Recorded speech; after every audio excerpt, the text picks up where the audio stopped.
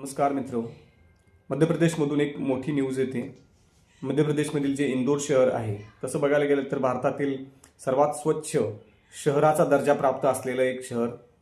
आणि तिथून नुकतीच एक न्यूज येते की तिथील एका पाईपलाईनमध्ये गढूळ पाणी मिक्स झाल्यामुळे मग पिण्याच्या पाण्याचे जे पाईपलाईन आहे त्याच्यामध्ये मिक्स पाणी, इतर गटारीचं पाणी मिक्स झाल्यामुळं किंवा लिकेजमुळे मिक्स झालं असं सरकारचं असं म्हणणं आहे.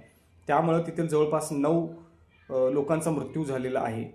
आणि मग आता ही न्यूज भारतीयांसाठी कितपत महत्त्वाची आहे, कारण का भारतीयांचं जे जीवन आहे ते किड्यामुंग्यांच्या सारखं झालेलं आहे.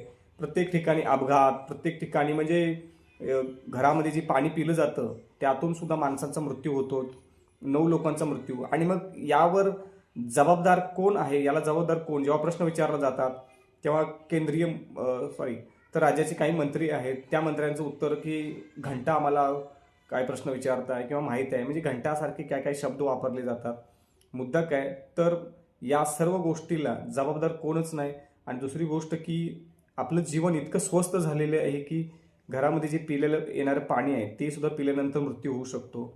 म्हणजे भारतीयांचं जे मृत्यू आहे किंवा जगणं आहे इतकं स्वस्ताचं कधी झालं नव्हतं, किंवा ब्रिटिश काळामध्ये अशी स्थिती असावी कदाचित, किंवा होती भारताची ती स्थिती की किड्यामुंग्यांसारखे भारतीय लोकांचा मृत्यू होत होता.